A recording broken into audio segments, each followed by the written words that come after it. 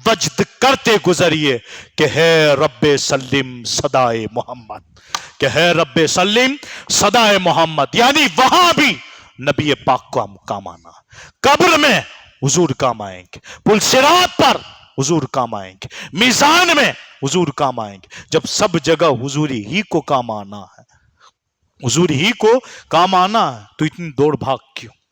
آؤ تعلیمات اسلام کو بھی مان لے اور مکمل اسلام کو بھی مان لے، اور آ جائے اس آیت کریمہ پر، یا ایھا الذین آمنوا ادخلوا فی السلم کافہ، اے ایمان والو مکمل طور پر اسلام میں داخل ہو جاؤ، کیونکہ جس نے اپنا نظریات، اپنے افکار اسلامی طور و طریقے و تعلیمات کے مطابق بنائے، وہ دنیا میں بھی کامیاب، آخرت میں بھی کامیاب۔ اللہ تبارک و تعالی ہم سب کو تعلیمات اسلام اور فکر اسلام پر چلنے کی توفیق رفیق نصیب فرمائے۔ السلام علیکم ورحمۃ اللہ۔